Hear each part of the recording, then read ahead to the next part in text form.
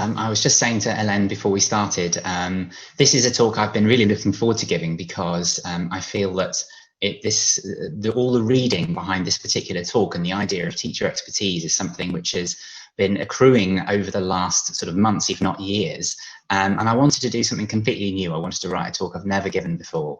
I wanted to really explore in depth the difference between expert teachers and less expert teachers and the challenges that can cause, and then also explore what we then know about professional learning that we can then make a difference as a result of that. So really excited to be presenting today, and when I get to the end, I'm hoping I'll have some time for some Q&A as well. Although obviously you're welcome to put questions in at any time. I might sort of pause at various moments if I can find a good way to get one of those in. So welcome anyway. It's a pleasure to be talking with you today on such a great day.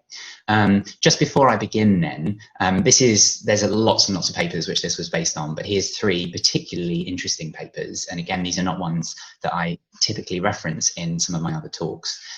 Tracy Hogan's work on representation in teaching back in 2003. There are some newer papers around this, but in many cases they just reinforce what she said. It's a long paper, but it's a really fascinating one. Mary Kennedy's 2019 review of teacher development, she builds on her 2016 review, which was fascinating, but comes up with some new insights, literally about teacher insights. And these map beautifully well with Tracy Hogan's work, but also with Wang and Hall's 2018 systematic review about how teachers attribute causes of what goes on in their classroom, what they attribute it to, and so on. So these are all fascinating papers, and if you start with those, you'll probably go down a lovely research rabbit hole, which is what I've been doing for many of the previous weekends. Perfect for lockdown. So let's just begin in looking at the difference then between novice teachers and expert teachers. In many cases, we have this slight confusion of what really the difference between novice and expert is. And we often talk about this now in terms of mental models, and we talk about it in terms of working memory and so on. When it comes to teachers, however, there are some really important differences. And I think what's particularly striking is that those differences are in many cases not what we see when we see visible practice in a classroom. So when we're looking in the classroom, we're seeing the performance that's being done. We're seeing a few bits, the very obvious and less subtle bits of what is being performed in the classroom. But there are so many things that expert teachers do that we cannot see.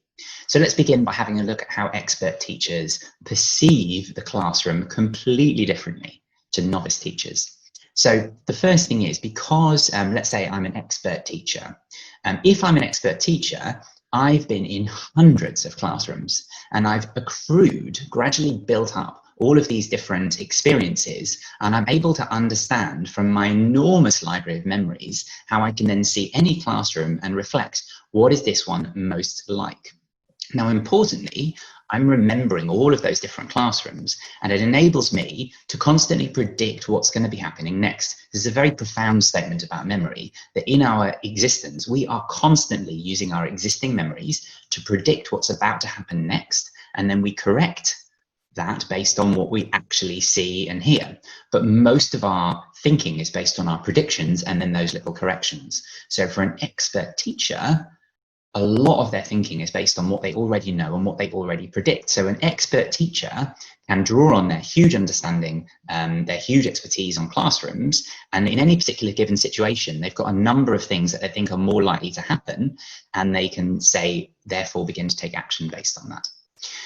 Now, because expert teachers have so many more rich experiences to draw upon, and they've thought about it for such a long time, then they're literally able to see more in one glance. So in experiments, if you take novice teachers and expert teachers and ask them to watch a very short clip of video in the classroom, and you ask people to refer to what they've seen, expert teachers will describe more features.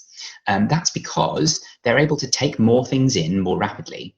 They're able to recognize the key features based on all of their previous memories. They're able to, at a glance, recognize whole patterns.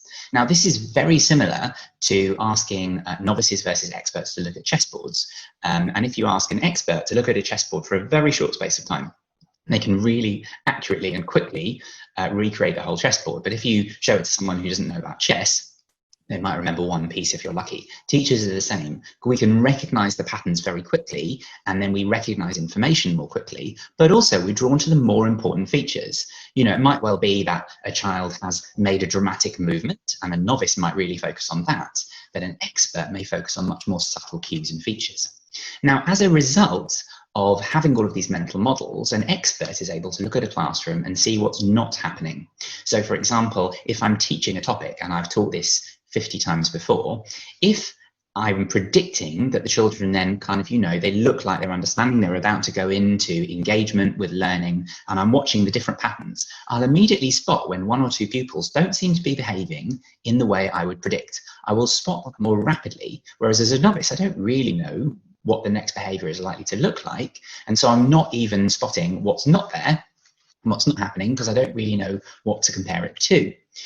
As a result of being able to see more, compare more, be able to go drill down into the differences between what I expect, then expert teachers are much more likely to notice individual pupils. Again, if you look at experiments of expert teachers and novice teachers looking at classrooms, or you ask teachers to reflect on lessons they've just had, expert teachers are much more likely to reflect on individual pupils, whereas very new teachers are much more likely to say the whole class was. They might talk about what they've covered, and they might talk about like a big behavior infraction that went on.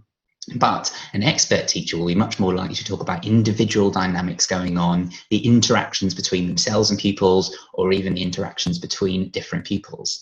And then as a result of that, experts are much more aware of the variation in skill, understanding, perception, and so on across their classroom, because they have much clearer mental models of what learning would look like, how different pupils react, what different classroom looks like. So they can much more rapidly pick out how different children are then reacting to that information.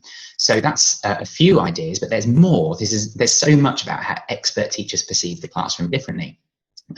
As a result of having all of these narratives of loads of previous loads of previous classrooms, then experts are massively more likely to be able to anticipate, predict, and if necessary, prevent problems. So a novice teacher may teach something, and it's only when someone says, I don't understand, or it's only when someone, you know, bursts out of their seat and has a behavior issue that they say, something is wrong here. Whereas an expert teacher knows there are certain mistakes and issues that are much more likely to happen. They know the early signs of them. They're able to spot those. They'll be drawn to those more rapidly because they know those are the salient features of learning. And if necessary, they can then react to that and do something about it. So expert teachers will much more quickly at a much earlier stage prepare. You see the same in sports people. If you take a novice tennis player, then they often don't start moving their muscles until the ball has actually left the opposition tennis racket, your opposition's tennis racket. Whereas an expert would have already started moving much before that, because they'll have noticed the whole pattern of movement, the dynamics, everything else. They can anticipate and react much more quickly, which of course makes them much better tennis players. Same is true of teachers.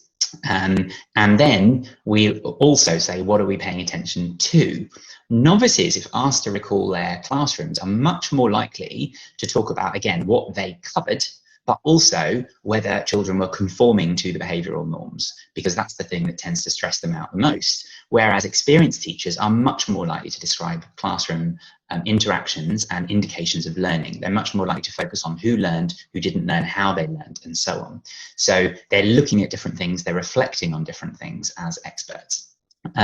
This one looks quite complicated, but because expert teachers pick out really key features and they're able to ignore the noise, and because they're able to understand what patterns of behaviour look like, then if you ask expert teachers to view a video of a classroom, they're much more likely, rather than saying this and stop it, they're much less likely to say this pupil is doing this now, which a novice teacher might say, and they'll say, well, a few minutes ago the pupil did that, and then they did that, and then I noticed this interaction, and then this has happened. And they've created that kind of that over time, more temporal narrative, so they can really see how things have varied and changed over time. And also they will be taking account of the interactions between pupils, how that's been impacted by complex interactions with the teacher. Again, they're being drawn to the more important features and they're ignoring lots of things, which novices might say this is really important, but for an expert teacher, they'll just focus on many different things. But also, and this is true of all experts, they're much less surprised by the feelings in their own body. When you've been in a stress situation, then eventually you learn what that feels like, the stomach tensing, the sweaty palms, the breathing, the tension in the neck, and so on. And when the first time you're into one of these situations, then it's very new to you. It's quite shocking to realize how your body is reacting. Now, as a novice, you're spending so much more of your thinking working out what I am doing now and is the time there and what's going on in the classroom, then to understand as well this massive sensory overload of what's going on in my body, my interoceptive information, is really overwhelming. And an expert won't find that overwhelming. They're very unlikely to do that. Or if they do notice, it's because something very strange is happening to them, and they will really notice and pay attention to that. Or they might say, I notice unusually I'm getting angry now. I can do something, so I can self-regulate better. So experts have completely different perception of the classroom. If you ask them what's going on, the way they look, the way they think, the way they predict, the way they anticipate, it's completely different to novice teachers.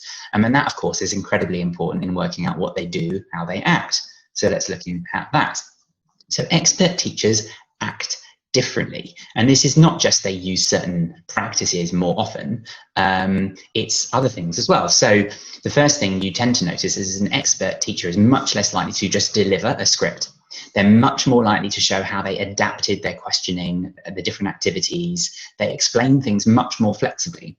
Now, this is very important because if you're observing a teacher, all you can observe is the explanation that they chose, the activity that they chose. What you can't tell is all the other activities they potentially had in their head and were ready to use just in case. You can't tell that from an observation, but an expert teacher will have those and they'll have them fluently ready to adapt and change. Experts are much more likely to use a much more diverse range of probing questioning, and they're much more likely to do it consistently.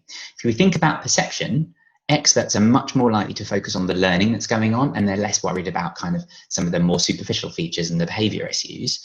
So they're much more paying attention to the learning, and they're much more likely to ask better questions. It's related to what they know is coming up, anticipating future problems, identifying issues. They use them for classroom management purposes. They use them to kind of keep pace. They use lots of different types of questions, and they use them much more than a novice tends to say, I have to deliver this question, and then has to try and work out what to do with that, whereas an expert teacher is just using them much more adaptively. Importantly, when you see expert teachers, they consistently make more links to how the whole subject fits together, how this topic fits together, how there's links to, you know, maybe I'm teaching in Key Stage 3, so how this linked to what you learned in Key Stage 2, how it links to what you're going to learn in Key Stage 4, but also how this links to other topics we're going to be teaching, how it links to other skills that you've learned. They're much more likely to emphasize the common theme and be able to build those abstractions of like, here's the examples, but let's help you build towards the key thing you need to know. Because expert teachers, first of all, have much more curricular knowledge, and they understand how each thing they're doing is situated within a much longer arc of teaching. Also, expert teachers, then, they know what the most important moments are in that lesson, and they'll gravitate much more quickly to the right activity based on more information they're gathering, better questioning, more understanding of where this lesson needs to be within a longer arc. And they'll much more rapidly go to better tasks, and they'll focus more on efficiency, being more aware of how this builds over time.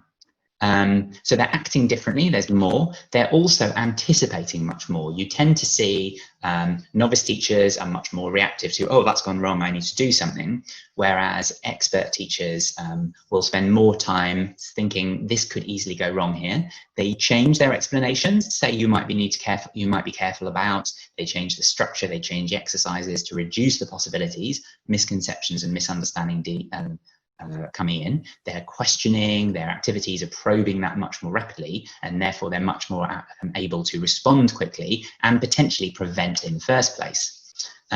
This is also true in behavior management. It's really important. I still remember as a new teacher, it just seemed completely mysterious how these expert teachers would just keep things completely calm. Now, that's partly because I couldn't see what was going on because I was a total novice teacher, but also because I would only see these things once they got much bigger. Whereas an expert teacher has not only helped their class really understand the routines and the norms and the behaviours, they are much more fluently able to act much earlier without breaking the flow of the lesson. That gives them more efficiency, but also because they're spending less time worrying about how they say what they're going to say, it's kind of that is just happening, and they're less worried about lots of the other things that happen which are very automatic for them, then they can focus on moving their gaze around the classroom and the way they gesture and they walk around the classroom. And as you know, teachers can very fluidly, great teachers, effective teachers can be explaining, just quietly, you know, put a hand on someone's desk. You're managing that behavior, you're using questioning to manage the issues, that person's going off task, you're quietly making little adjustments as you go to prevent things happening before they get big, because you can anticipate them, you can see the patterns, you can see the early indicators much more clearly, and of course you're taking in a lot more information about the classroom because you recognize the salient features, so you can act more quickly, whereas novices tend to react and have to stop what they're doing. Experts therefore take action not only based on this much bigger, richer picture of what's going on, they predict things, they anticipate things, and then when they reflect on what's going on afterwards, they remember much more of that narrative. So whereas a novice might have not really been paying attention to an individual because they can barely keep an eye on a whole class and what they're saying, an expert teacher would have been watching a certain pupil for a little while and then remembered how that will have changed over time. So the action they take won't just be based on, I see this now, but I've seen how this has changed over time. And again, that makes their behavior management completely different to a novice. They're really thinking about all the interactions and the influences and much more complexity, which means the actions they take are much more nuanced. Would we necessarily see that observing the lesson? No, probably not. So the perception and the activity are really, really different between these two. But also, expert teachers plan differently. So they're much less likely to just say, I need to deliver this in one lesson. Interestingly, when asked to deliver a lesson to a group of pupils they know nothing about, experts are more uncomfortable with just saying delivering one topic, because they don't plan by delivering one topic. They think of a whole area of a topic. And they don't just say, you know, I'm going to deliver electric circuits. They want to know, well, what have they learned before and how did I weave this in? Because they tend to think in much longer curriculum arcs. So novices are much happy to say, yeah, I'll do my standard lesson on, I don't know, like the national grid or something. So obviously a physics teacher, wasn't I? But they, you know, they're looking at those sorts of elements, whereas the expert will really say, but I need to understand how this weaves together. They'll be less initially comfortable with planning and just starting fresh. Also, when they plan, and you'll all know this, as you go through planning, you get more and more efficient, but that's because you much more tightly focus on the things that make a difference. Novices tend to have to script everything. Nothing is habitual. They have to think through every minute, and they're thinking of all sorts of unnecessary planning, which interestingly makes them more rigid later on, whereas experts plan a lot less. But they plan very carefully the things that make more of a difference. They plan also with more flexibility in mind. So it might look like a very rough mini plan, but actually in their head, they can already see different routes that they might go down at different types of the lesson, different questions they could ask, different adaptations to the lesson. They've got loads of ways they can adapt it. So if we're asking expert teachers to plan in a really standard way, we're probably making their lessons excessively rigid. We're really reducing their ability to kind of use that expertise in the classroom. Also, planning is much more focused on the bigger picture. So an expert teacher is much less likely to say, I am planning a lesson, whereas they say, look, I'm planning this whole topic, I'm planning this whole skill development, and I can see what I might use today in the key ingredients. But novices are much more focused on lesson by lesson by lesson, which is one of the reasons we say that we need to change lesson planning to sort of curriculum sequence planning, sort of topic arc planning, so that people see the big picture, and that helps novices think more like experts. And because they're able to focus in on the key moment, and because they have more understanding of how pupils are likely to vary their learning, experts are much more likely to be able to plan differentiation, whereas a novice says, I know I need to differentiate. I am going to just deliver this information and I will deliver the support. They can't understand what it'll look like and what it'll feel like, and they're not sure how they'll adapt and change. So experts plan differently. So they perceive differently, they act differently, they plan differently over time, and then also they think differently. Now, we've already reflected that when they reflect on their lesson, they think about completely different things. If I'm an expert teacher, I reflect on the learning that's taken place, the learning that needs to take place, how that relates to a longer period of time. Whereas a novice will say, I covered this much more, and they'll be much more focused on the behavior was bad here, and those sorts of much more superficial features of the lesson. But there is a really other important difference, and this comes to the paper by Wang et al., which is about responsibility and attribution. So let's have a look at this phrase, this little paragraph here. Now, this is suddenly flipping things around. I've been saying how wonderful expert teachers are and how novice teachers are not so good. But interestingly, when you explore the thinking of expert teachers, then they gradually tend to attribute less of the success going on in their classroom, less of the problems going on in their classroom to themselves. Novice teachers overwhelm themselves by taking total responsibility for all the learning going on. Typically, this is on average. However, expert teachers are much more likely to say, actually, probably they didn't do very well, but because they're inherently lazy, or they're really immature, or actually their families are difficult. What on earth would they do? And as expert teachers sort of as teachers develop expertise over time, they begin to make more and more attributions of failure and success to much more fixed elements. This is problematic. Let's explore a little bit why.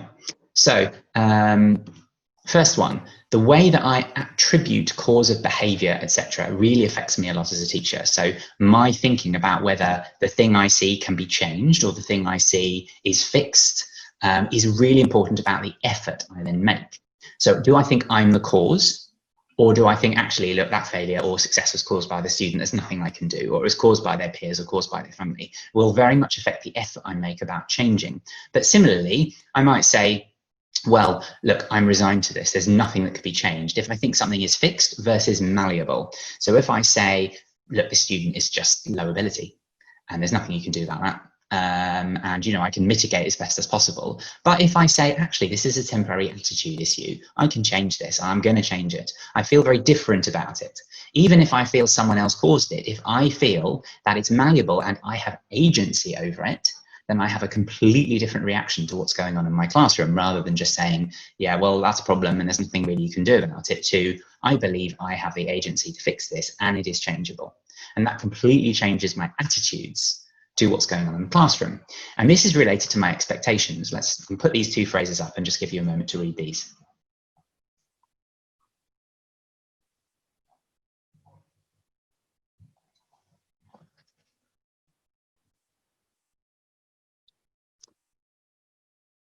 So this is really interesting, because the attributions I make will depend on the expectations that I have.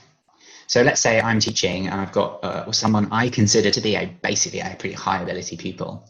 If they do well, then I would have expected that, and I'll say, yeah, well, of course they would do. I attribute that to their fairly fixed high ability that I have in my head.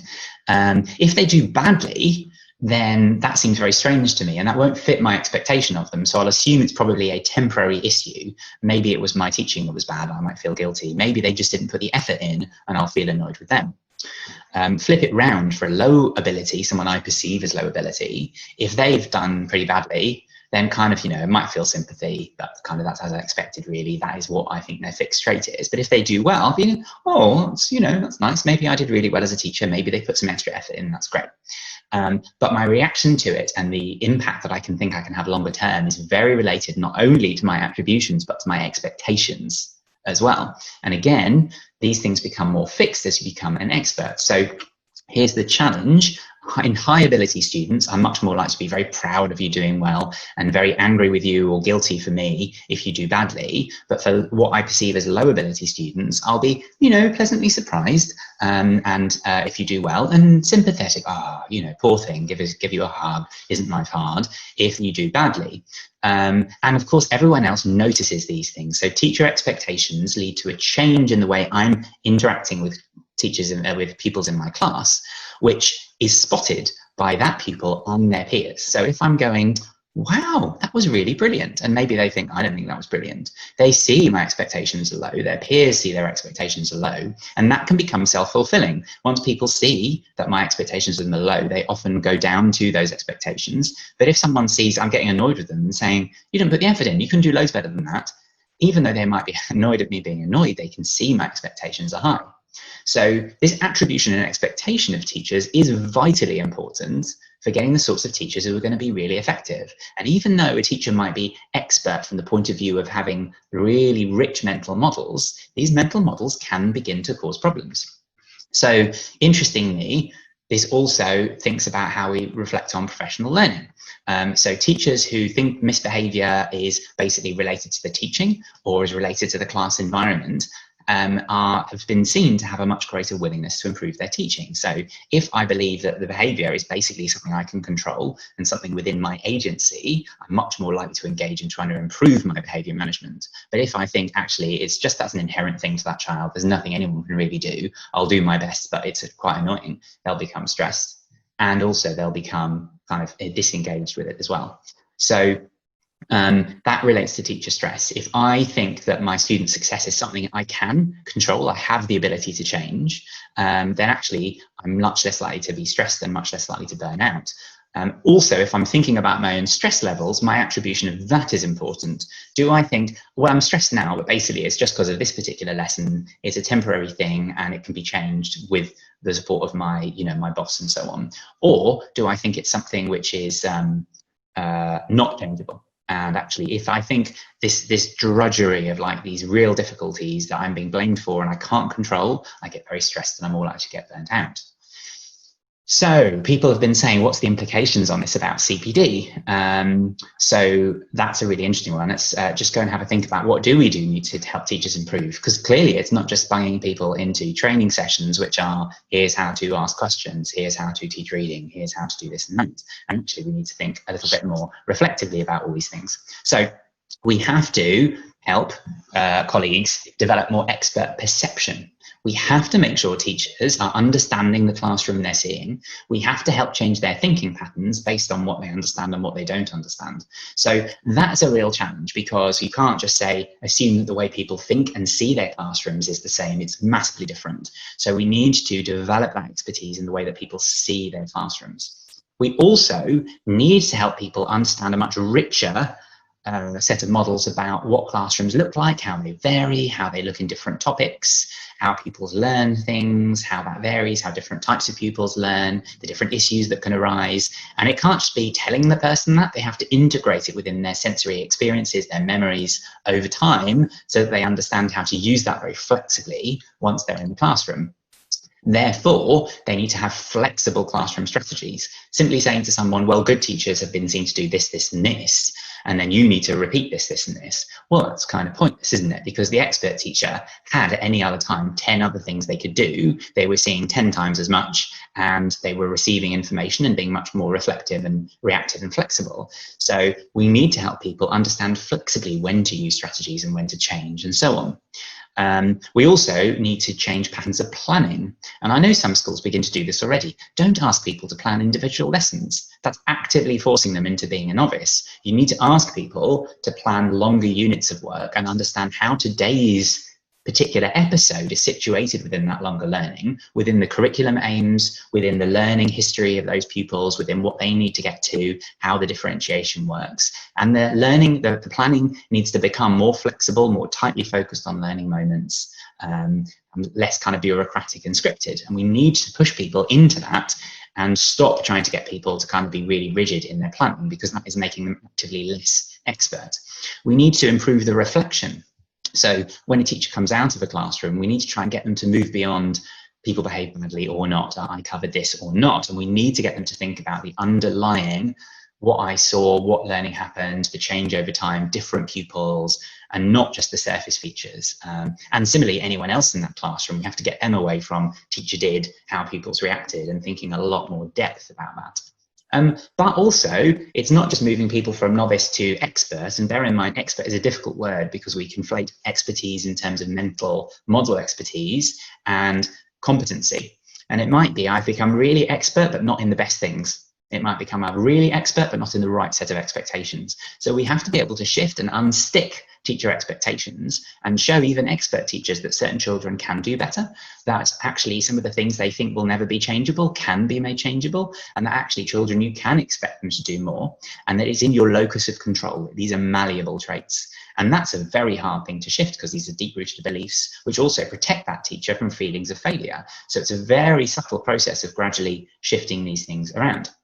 Now, it's also worth bearing in mind, it's not just some teachers are novice and some teachers are expert over time, because actually you're expert in certain areas. Expertise is dependent on if I'm teaching similar material to before.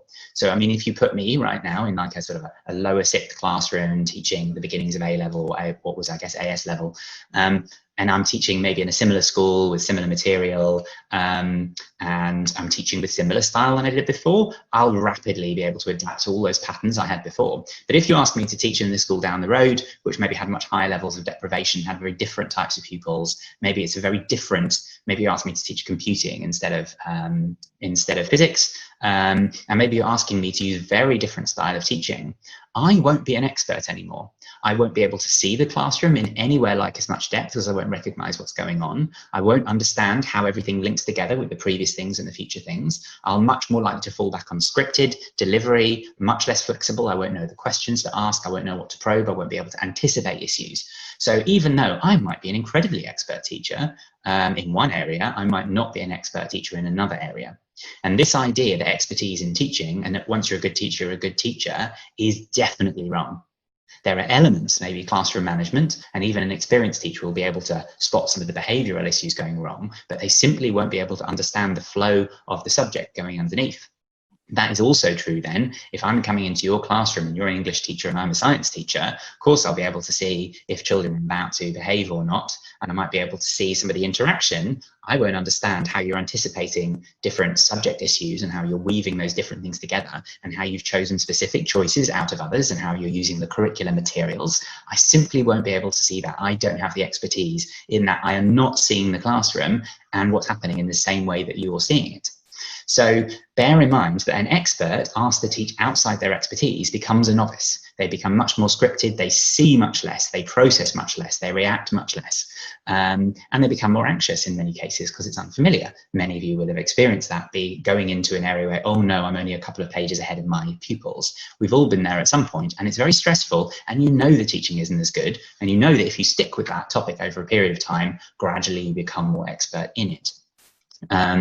So let's just have a quick look at a few of the questions that have been emerging. So I think, I'm kind of seeing people are kind of reflecting that, have they been focused, have they been included in lesson observation focus, asks Jeff? No, they haven't. And in many cases, the things we observe are simply the superficial practices that we see and some very, very minimal things about how pupils are reacting to that. Matt, I'm going to come on to the implications for organising CPD in a moment.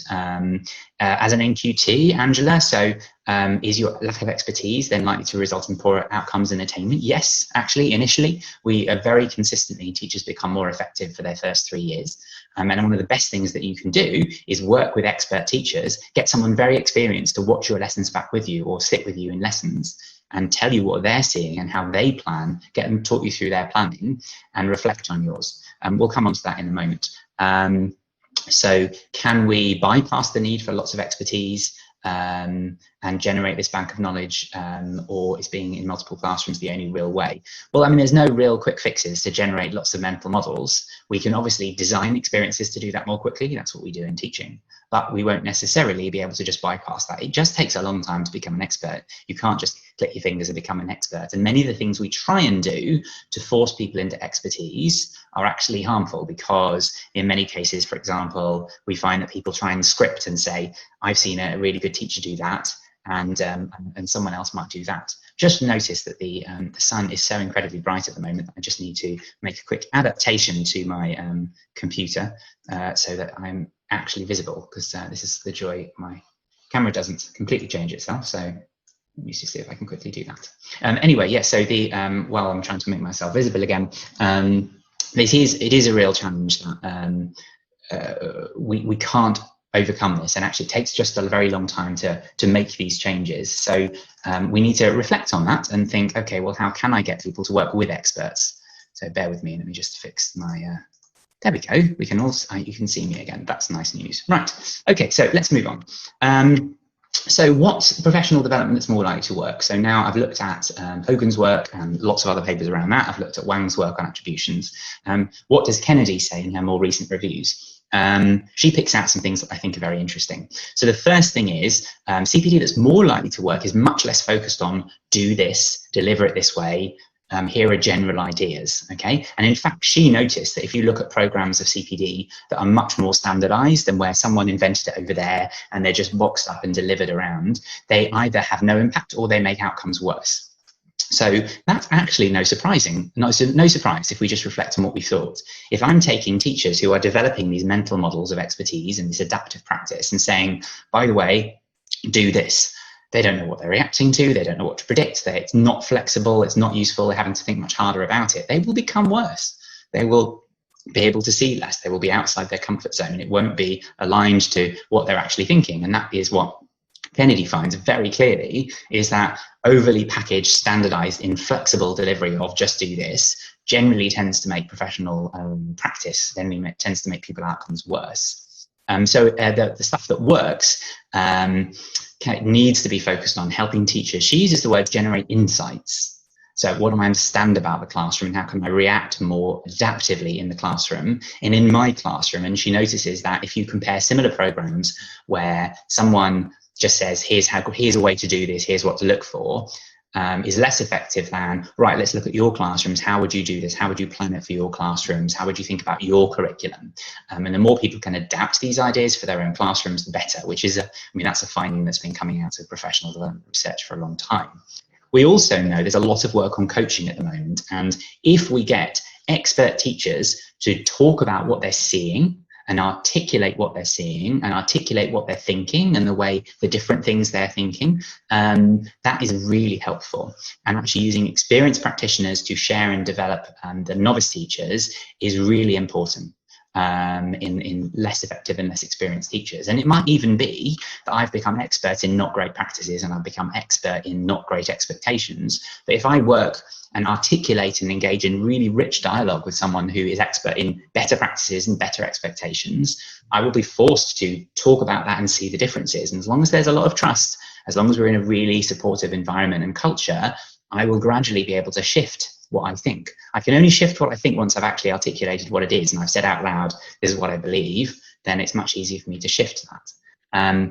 So we need to also focus teachers on what they can change. The most effective schools that we work with will usually say, get people doing inquiry work. And that asks teachers, whether it's lesson study or discipline inquiry or things like that. And the reason it's vitally important to do that work is because I'm saying to you as a teacher, right, I want you to explore in depth why that learning of that pupil is not as effective as it could be. I want you to look at the patterns of learning right now and understand those and explore the causes and understand how to make it better. And implicit in this process is I believe you can change it and they can get better. And by focusing all staff on what I can change, how I can improve it, how I can make that better, and what better will look like, and why it's happened, we are enriching people's patterns of thinking. We are changing their expertise levels in the classroom. They're much more able to recognize these issues before they happen. They're much more able to use formative assessment to understand whether they're having the impact they want to have. They're much more likely to know why and adapt how they're using strategies and be able to adapt them correctly. Now, that's why I really want to push back on this idea that, the only sort of professional development we should be doing in schools is what some people would, in a reductive thinking about the term instructional coaching, where you get great people who just watch what less good teachers do and just tell them what to do, practice that, do it, I want to see it. It's just wrong. It's just deeply wrong. Coaching, instructional or pedagogical coaching, has a really important role to play, but it needs to be done in a very, very nuanced way that is encouraging teachers to develop their own perception, engaging them in their thinking, recognizing, adapting, reflecting on what they're doing in the classroom. So it's really important we don't just do this, here's a good practice, do it, practice it, I want to see it. It's just not going to work. It's going to massively limit the expertise. Now, we can see all of this in action. Interestingly, when you look at Crafton for Pay's paper, and normally I talk about the environment behind this, which I've done yesterday, then they know that in sort of low quality professional learning environments, teachers tend to improve for the first 1, 2, 3-ish years and then plateau. And in much richer professional learning environments, teachers tend to improve again in early career quite rapidly, and then it slows down, but they do improve more. Nevertheless, you can see there is a significant change going on around years 2, 3, 4, as people go from becoming novices to experts in the act of teaching in their classrooms. And this is on average. Some teachers keep getting better, some teachers don't. And interestingly, the impact of the different environments is 40% attainment year on year for the expert teachers in the higher quality of environments. But there is still this question then, why is it, I don't know if you can see my mouse, but why is it around this period here, people either stop improving or they slow down? Now, at this point, I'm going to move into a little bit of conjecture, thinking about the things we've just seen. What are the actual potential issues going on here? So I would say, here are some of the issues. Firstly, as I'm learning to become more competent as a teacher, then my attitudes are beginning to harden, to kind of save my own ego. I'm beginning to believe that actually probably a lot of the successes are down to me, but actually a lot of the failures, there's probably not a lot I can do about. And my expectations are beginning to become self-fulfilling and reinforcing, because if I see pupils who look a bit like that people who failed last time, I'm probably going to say, pattern of behavior, you're probably going to be fairly similar. Oh, you remind me of this pupil who did really well. Okay, I'm going to assume that. And that allows me to much more fluidly kind of adapt my practice and not worry so much and be able to adapt. But it's based on kind of patterns of behavior. And that becomes self-fulfilling, because then, of course, in those schools, the more experienced teachers work with certain children who they recognize as seem similar to less well-learning children before, and then they just reinforce that issue. So that's a problem. But also, as an experienced teacher, I don't know, much less surprises me in any classroom. I put me in any classroom and I'm much less going, that's really surprising. A few things might, but actually a lot of it, I basically think, yeah, I kind of get that. I think my mental models explain it already. And the problem is, it might just be that actually my incorrect mental models have given me the wrong explanation for why this child is meeting my low expectations. And I might not even see, I might have no idea that my expectations are low. I have no idea that there's anything going wrong, no idea that there's a real issue here. And it's only when someone else challenges that I might change. But, you know, asking me to develop insights into my own practice, and if I don't even know a child can do better or why there's an issue, I can't even see it, I'm not going to improve. So experienced teachers may generate fewer insights from their classrooms in many cases, because everything is kind of much more hardwired. And then the habits are very hardwired as well. The way I ask questions, the way I move around the room, these are all habits that are deeply ingrained. If I asked you to, for example, I want you to walk, but I want you to not use your thigh muscles, then that's a really bizarre thing to ask you to do, because thigh muscles are so innate as part of your movement. You'd have to really break it down. You'd have to totally relearn everything. For a little while there, you'd be completely floored because you wouldn't know how to move. And it's a bit like if I say, oh, I want you to change your questioning. Your questioning is so inherently part of the adaptation and perception and strategies that you use that actually me asking you to tweak one bit, it's almost impossible. You're not even aware anymore how you use questioning. And then this becomes very aware and we break it down and rebuild it up, then it becomes much harder to shift some of those things. So that for me is my conjecture about why we may find that teachers actually stop improving so quickly. Now, let's kind of zoom out just briefly to sort of bring us to the end. Or to near the end, we're trying to improve people learning. And if I look at all of the different influences I've just been talking about, then we've got so many things here. We've got teachers' perception. Do they actually see what's going on in the classroom and with what understanding? Do they have a flexible strategy toolkit, or do they only have a few very clunky scripts? Do they have rich mental models of lots of different classrooms and how different pupils learn and how different children behave? And do they understand how different children learn and behave within different topics, which relates, of course, to their curricular knowledge? Do they understand the variation with the curriculum, the structure of it, the disciplinary knowledge, the history of it? And then do they understand the curriculum materials they have to use? I might really understand physics, but if I don't know the textbook and material and worksheets, I'm much less expert. So I need the expertise in that. I need to pupil expectations. I need to be helped to see just the sheer amount that some of these pupils can achieve. And I need to be able to attribute challenges to generally only say things are fixed when they really are fixed, but work for everything else to change it. That's not all. There's also my formative assessment scale. Do I understand how to ask really great questions, how to respond to it, how to probe different types of questions for different people? Are my confidence levels high enough? Is my teacher well-being high enough? All of those things contribute to my effectiveness at changing pupil learning. And then, of course, we try and say, how effective have I been? And there are so many different ways.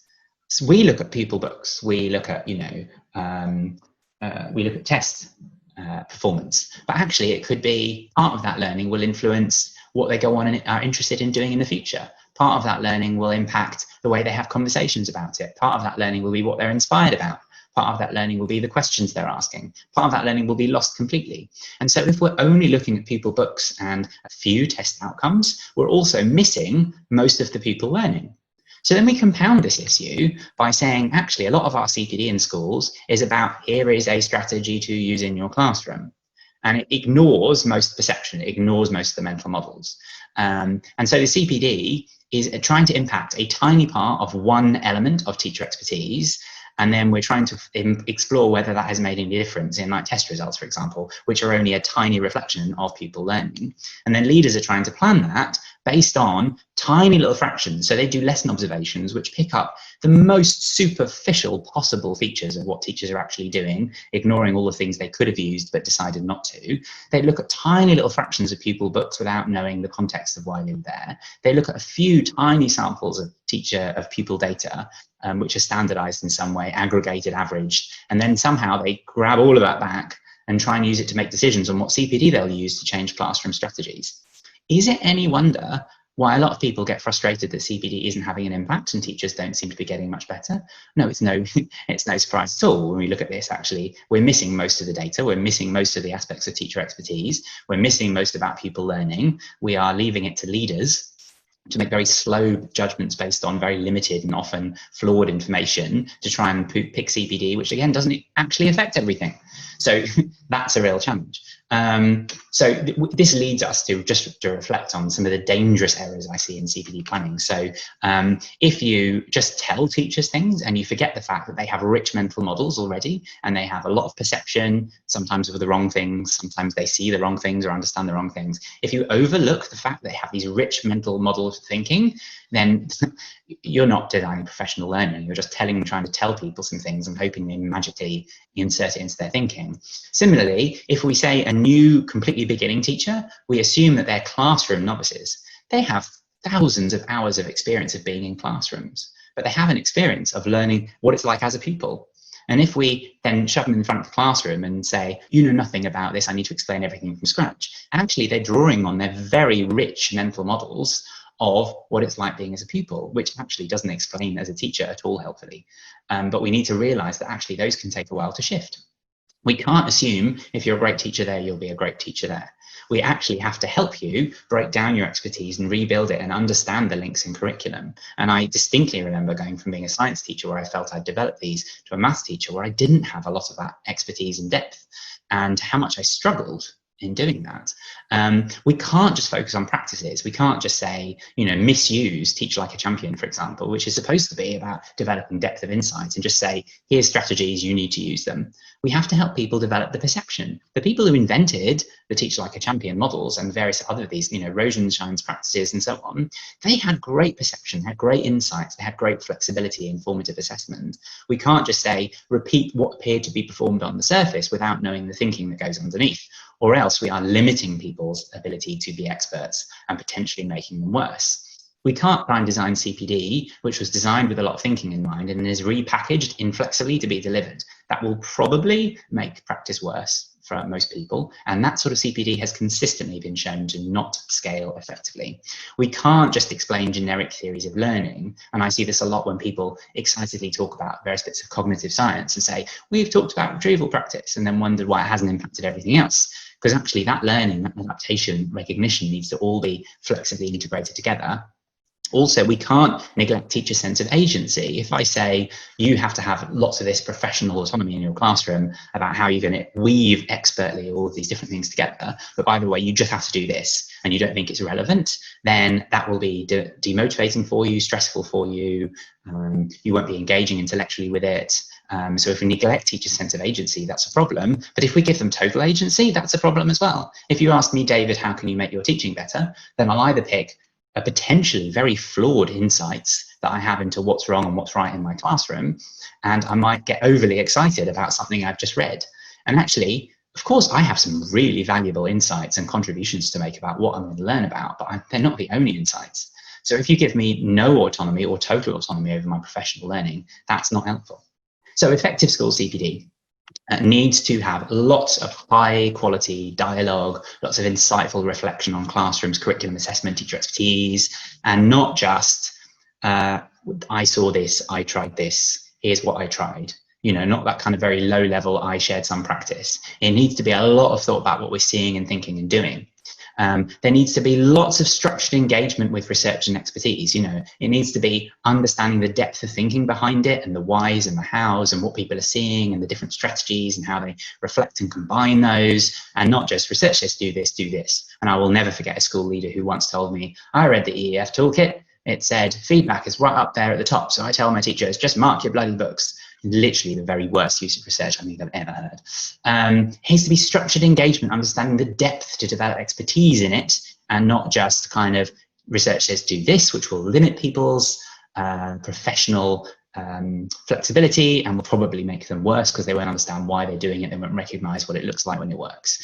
We need to get more depth of constructive challenge. And that doesn't look like telling teachers they're bad at things, but we have to find ways of helping teachers deeply and in a trustful environment, reflect on what works and what doesn't. We have to challenge people's mental models. We have to shift stuck thinking into what can happen and what cannot. This is just as true of leaders as anybody else. You know, my insights are not necessarily more valuable than yours, and perhaps mine may be based on flawed ideas. And then finally, this only works if we build culture, if we build systems, if we build habits of teacher professional learning that support and don't hinder all of this stuff. So I've talked quite a bit. I want to quickly do a survey with you. So if it's okay, here is a little survey on the screen. And I want you to go to that URL while I take a quick sip of water and a drink. And then I'm going to show you the test results. So go to bit.ly/redhomeweston and fill in that survey. And then I'm just going to show you those results in about 2 minutes. Okay. In the meantime, I'm just going to have a little bit read through the questions, and I'm going to pause and have a little bit of water. So have a go at the survey. So just as a quick reminder, if you're going to that survey, you're going to bit.ly/redhomeweston. I can see some people already starting to fill in that survey. I'm just going to show these on the screen in just a minute. And let's just reflect on how you feel about some of those different elements. And then I can kind of use that to answer a few questions as we go as well.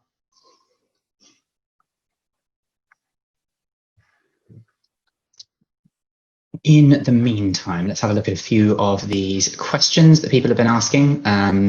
So I think a lot of people asking some really smart questions then. How would you, so Vivian said there's a tension between the success and failure of attributing the success and failure of a lesson to your own actions versus kind of that feeling of overwhelm. And there is a tension, and essentially I can become much more automatic. I can kind of relax and understand which things I believe are in my control or not.